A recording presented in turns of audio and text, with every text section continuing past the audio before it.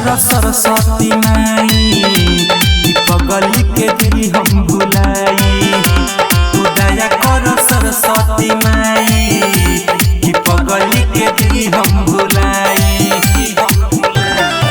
ओ परिवार में सोचिले जब हम आवेला हम के रोहाई।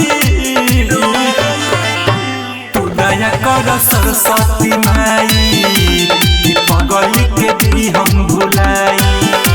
कि दया कर सरस्वती माई कि पगली के दी हम भुलाई। माई दया करी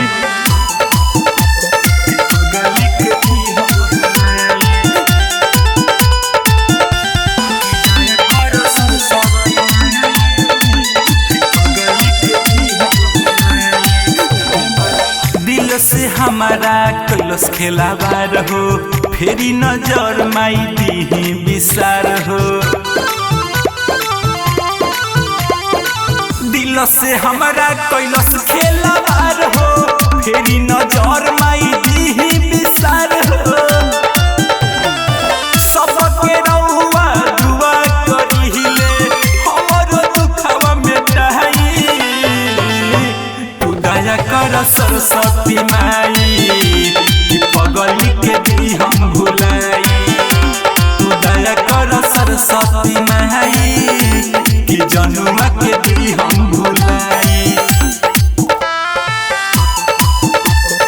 पगली के दी हम भुलाई। दया कर सरस्वती पगली के दी हम भुलाई।